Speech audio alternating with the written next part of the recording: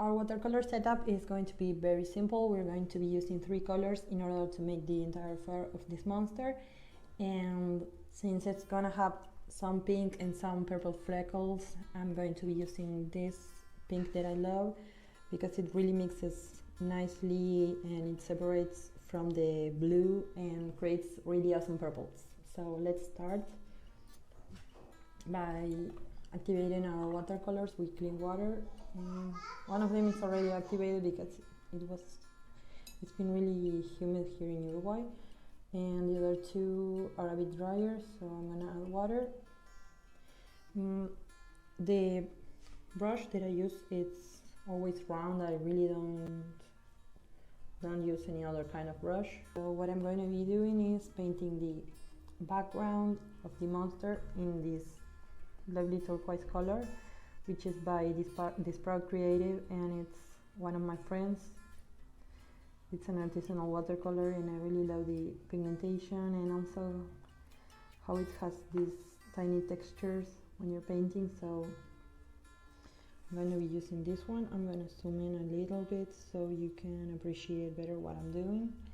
Since this is basically a pencil tutorial and not so much as a watercolor one, I'm not going to be giving you lots of tips on how to improve your watercolor base, but if you have any questions, you should ask me on comments or send me a DM on Instagram, because that's the easiest way of getting a tutorial on watercolor base happening. Also, I wanted to remind you that I have a live coming in. It's going to be in Spanish, but you're super welcome to join. I'm in a group of watercolor artists from South America, and some live in Spain. Each of us is going to share a different tutorial or how-to or behind the scenes on our watercolor journey and what we do. I'm going to be focusing on illustrations. Still have no idea what I'm going to be showing, so if you send me a comment after this video, I'll probably be able to include some of those questions or worries you have into that live. And even if it's in Spanish, I think just the demonstration is going to be awesome for you to grab a bit of knowledge and also grab a bit of Spanish.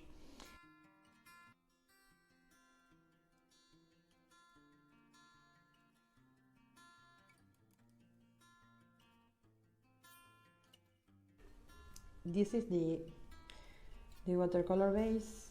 I really like leaving all the textures, for example here and over here. So something that I need to make you aware of is that I'm using the back of a paper here, because since this is a tutorial and it's not like an actual piece of art, I really didn't want to spend an extra sheet of paper doing it.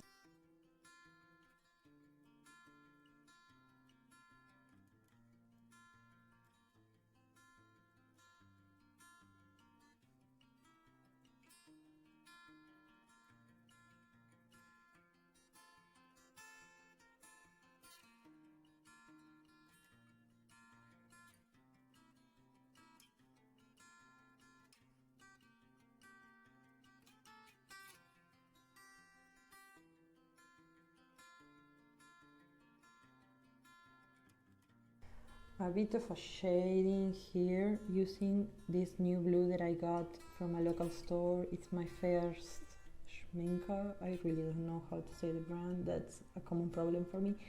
And it's Cyan. Now that I have the base, I'm going to be making the purple freckles.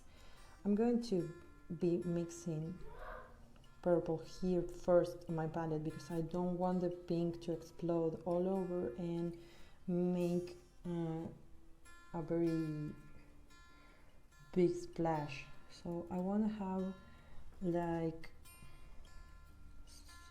spots, you'd say, of purple, and once I have those spots, I'm going to work on with the pink and see where I can add it and where it can look nice and add to the character. So for now I'm just adding a purple that I mixed. I just mixed these same blues yesterday, like those are the ones that I always have in my mixing palette. So I picked up my palette and just mixed because I know that those are the colors. If you're gonna mix in from scratch, just start from scratch and grab the blues that you use for your base and add the pink that you're going to be using as a highlight. The thing is, that's like a trick that I like to follow, to always mix using the same colors that you've already used on your character. It really brings the cohesion of the character together. So that's like a nice tip to have. Now that I have the purple spots, I'm going to be adding some tiny pink accents in some places, not all, and I don't want to be very flashy with my pink. So I'm going to be just adding and leaving it move and flow on its own.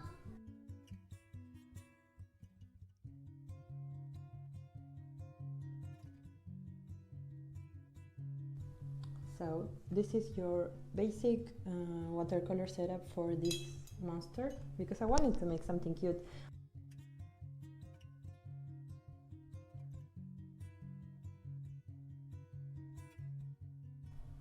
Now that my watercolor base is dry, I'm going to start going in with my pencils, and I'm going to give you a basic breakdown of the pencils that I'm going to be using.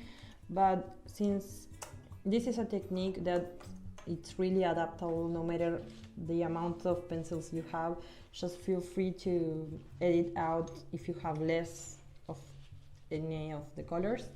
And don't feel discouraged to try even if you have 2 or 3 pencils, because it's still gonna look really nice and really homey and cozy because it's something you made and you enjoyed making. So the first color that you're gonna have is kind of like a wild card, is black. Digital artists, for example, always encourage us to not shade in black, but with pencils it's a different subject. Then, since we have turquoise or sky blue all over the place, we're gonna need, of course, sky blue and some blues to increase intensity slightly on each layer of pencil. Here are the pencils that I'm going to be using. I'm going to be using here a light sky blue. Then I'm going to be using something along the middle, and this is a turquoise, cobalt turquoise. This one is, I don't know, because I already sharpened the pencil past point of recognition. Then I have Copenhagen blue, which is like a navy blue. And then I have this one, which is indigo, and it's the darkest blue that I have, probably the darkest blue that you have if you have it. And then I'm going to be going in with black. So if you have less pencils available than this, all you really need are these 3, which is light sky blue, then the dark blue on your pencil box, and the black, because even school grade pencil boxes have black. They all have sky blue and they all have blue, so you could start trying this technique with these 3, and if you really like pencils, then you can get an upgrade and try the new blues you have and see where they fall in this color spectrum. And then, since we have purples and pinks, I pulled out my purples and pinks, and I'm really going to be testing here. I'm really going to be testing if the pinks blended a bit more into the pink side or the lilac side, because I really don't know until I test it on the paper. And then I'm going to be using like magenta. For example, this magenta is from Prismacolor, and this one is from Stabilo Carbothello. So they're two different shades actually, and I'm going to see which one of them works better. I'm making a mess here. And then these purples that I use all the time, so that's where they're super tiny. This one I'm gonna write the name on the video because I need to Google it, because I never remember the name, but it's like a lifesaver when you're working with browns or when you're working with pinks. So this one, if you have it, it's like a dark deep burgundy, you should try to use it. If you don't have it, don't stress, it's just go with black, and since this is the darkest layer, just go in with black. And then this one, it's like a mauve or medium purple, and it really blends nicely with purples and pinks.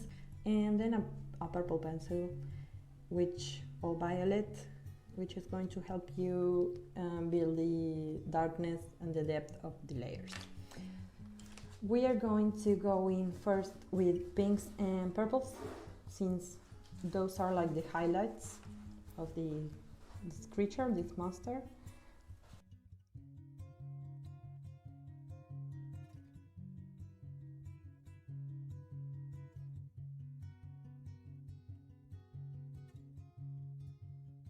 And it's always a super soft motion. I don't want to go in and do like this, you know,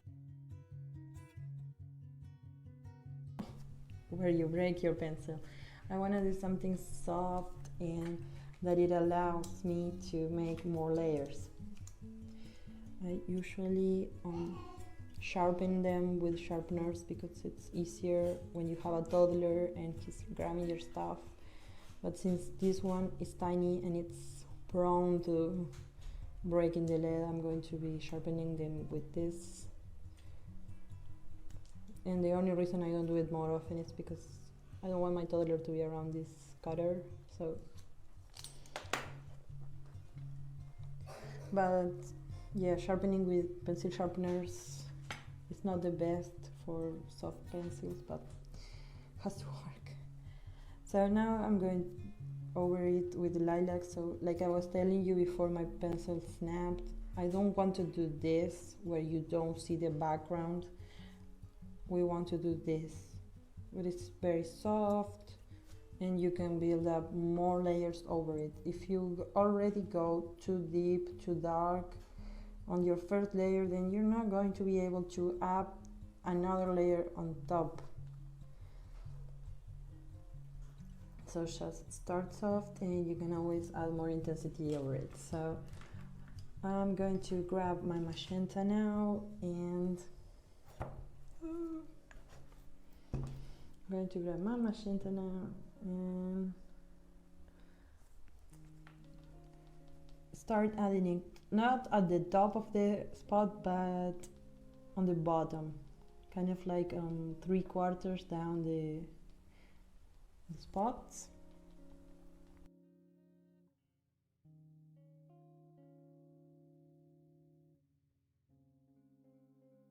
Now I'm going to start going in with my blue pencils. I didn't want to start first with blue and then leave the pinks without space to blend out.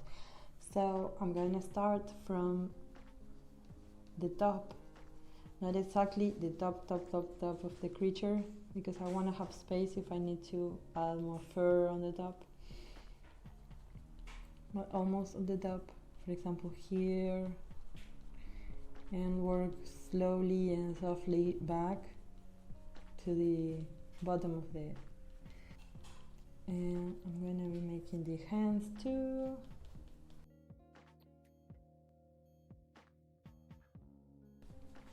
all the way around the body. For example, there's no point of me painting with this specific turquoise in here because it's already too dark. So I'm gonna stick to the areas that can take it and leave the other spaces for the darkest blues. Now I'm going to go up a notch and work with this one, which is a bit darker, and start defining areas. For example, this arm here, it's going to be darker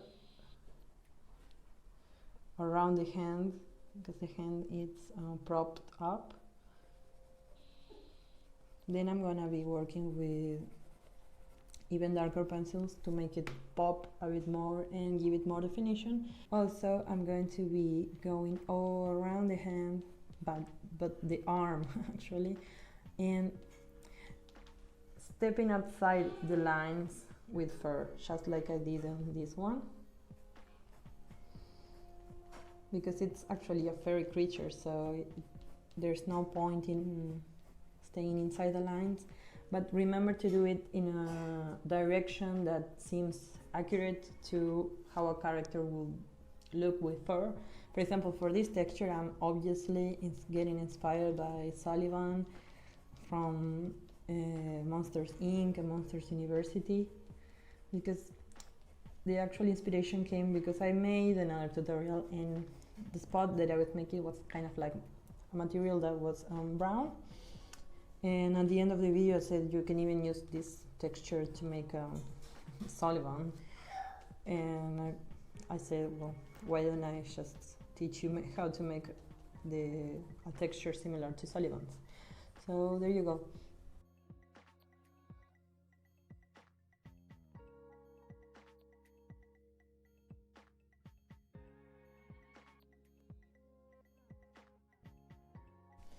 I'm going to go with the dark blue, not the darkest, just the dark blue, and work a bit more on the fur, for example, around the hand, and start going down to his legs, which weren't colored actually because none of the previous pencils were dark enough to make the fur on the legs.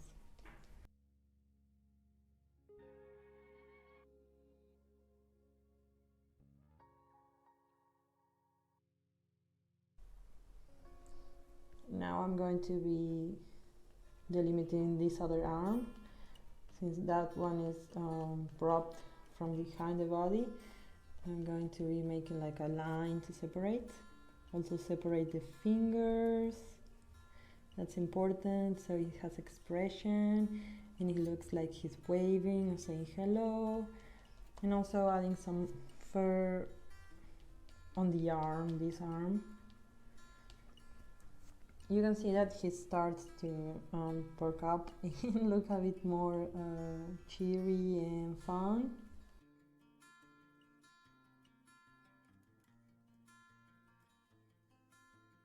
It's ending up kind of like a bit of a bad bank situation, quarantine banks. So I'm gonna use my eraser.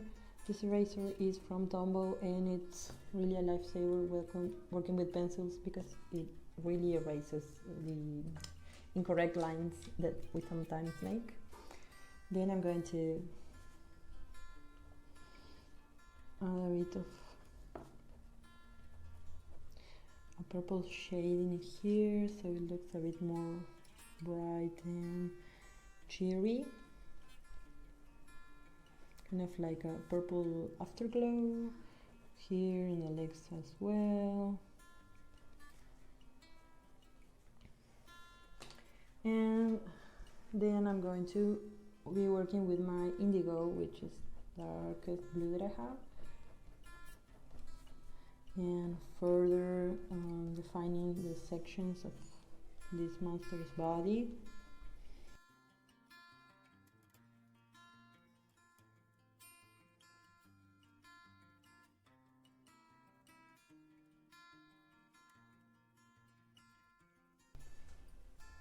And then I'm gonna go in with black.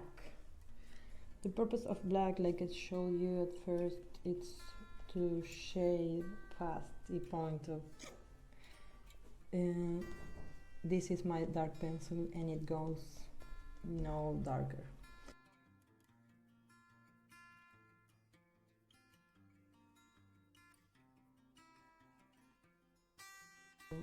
Don't be afraid of using the black pencil on your box. It's, like you see, one of my tiniest, I think the tiniest, because it's really something that I use on every piece. Once you go past the darkest pencil, you actually need it to build the volume, so don't be afraid of using it. Now I'm going to be finishing the characters so I can show you a cute picture on Instagram and also for the thumbnail.